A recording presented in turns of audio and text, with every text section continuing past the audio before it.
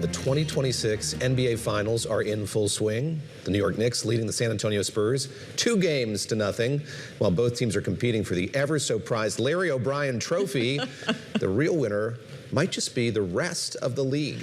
Yeah, no kidding. We spoke with Randall Williams. He's the co-host of Bloomberg Business of Sports podcast on why the Knicks-Spurs matchup is a gold mine for the NBA. You have the league's biggest market, and then you have potentially a global superstar at a level that the NBA probably hasn't seen before. You know, you think about the superstars over the last 30 years, Michael Jordan, LeBron James, Kobe Bryant, Steph Curry, and many more. All of them are American.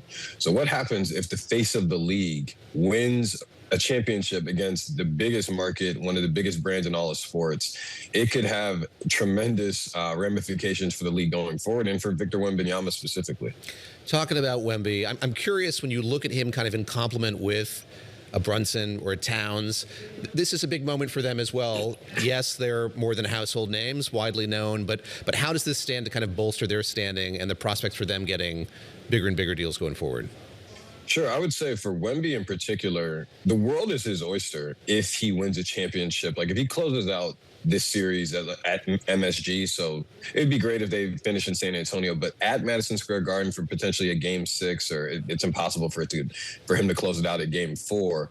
He's going to be the biggest superstar that I've seen in a very, very long time. In comparison to Karl Anthony Towns and Jalen Brunson, they are instantly in New York glory. Like that's the bottom line, is that they will never have to pay for a meal, no matter the borough, no matter the restaurant. Everybody is going to be loving on them. We always make fun of me because sports ball is definitely not my category here. We're working on it. Sports ball.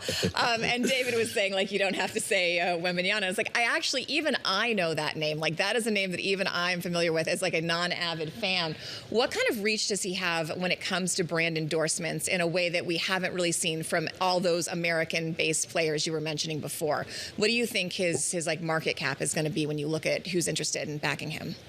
Well, he's been very, very selective. His partners have been Nike, Louis Vuitton, and there was a drink called Barcode, and I'm unclear if that partnership is still active, the Barcode one specifically. But beyond that, you think about just him being from France, the way that he talks about basketball, the way that he speaks socially. He is a brand's dream come true because he's going to want to do the commercials. He'll wear the apparel. And so I think he's going to decide what he wants to do. A lot of times when players come into the NBA, the brands, they flock to them and they say, hey, who do you want to join, or do you want to join our team? And then they get to choose. But they're not always the A-listers. Victor Wembanyama is 22 years old and would be just about an A-lister for any brand that he selects, as opposed to the brand selecting him. God, he's only 22. I know. That's sobering. Crazy to me. That's sobering. It's ridiculous. Feeling very underachieving here on this couch. Randall, can you contrast this year's finals with what we saw last year? So you had the Thunder and the Pacers last year. I know there was a lot of hand-wringing about the reach of that and the relative value of that. How did that pan out, and how does it compare to what we're seeing this year?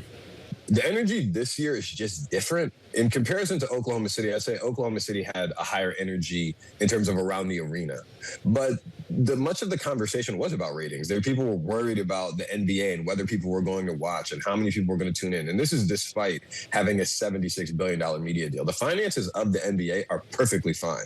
But this year, even being around league personnel, the teams themselves, there's just energy. And don't even get me started on New York. I am absolutely worried about what the city is going to look like on Monday.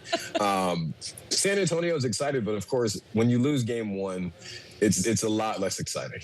I will say, obviously, I'm new to the city, but I do think people have collectively lost their minds. I mean, all my doormen are like wearing Knicks shirts underneath their thing. This is the tip Everybody of the in my building, some guy in my building whom I don't know, but overheard a conversation where he was wearing like a shirt, a sleeveless Knicks jersey, and he works in finance, and he's like, "Oh, I'm wearing this to work today. They can come at me like I'm so excited." 100%.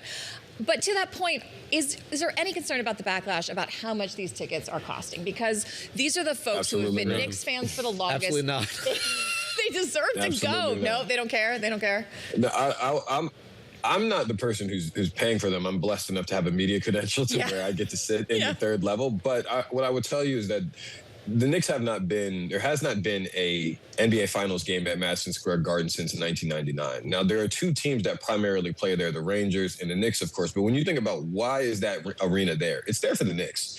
And for the Knicks not to have been at the peak of the basketball event, the championship, for a quarter century, that's a very, very big deal. And so there's these season ticket holders that have been holding on to them for a very, very long time. They thought they were going to get to the NBA Finals last year, and they didn't. Now they're there. And when every single time the Knicks win, the prices are going to go up. And so I think the peak moment right now is going to be Game 3 for MSG. But let me tell you something. If this series closes out and the Knicks go up 3-1 and they have the opportunity to win the series at Madison Square Garden, I think that will truly be a once-in-a-lifetime event, not just for being in the arena, but just being around Madison Square Garden. I think it is going to be absolute pandemonium.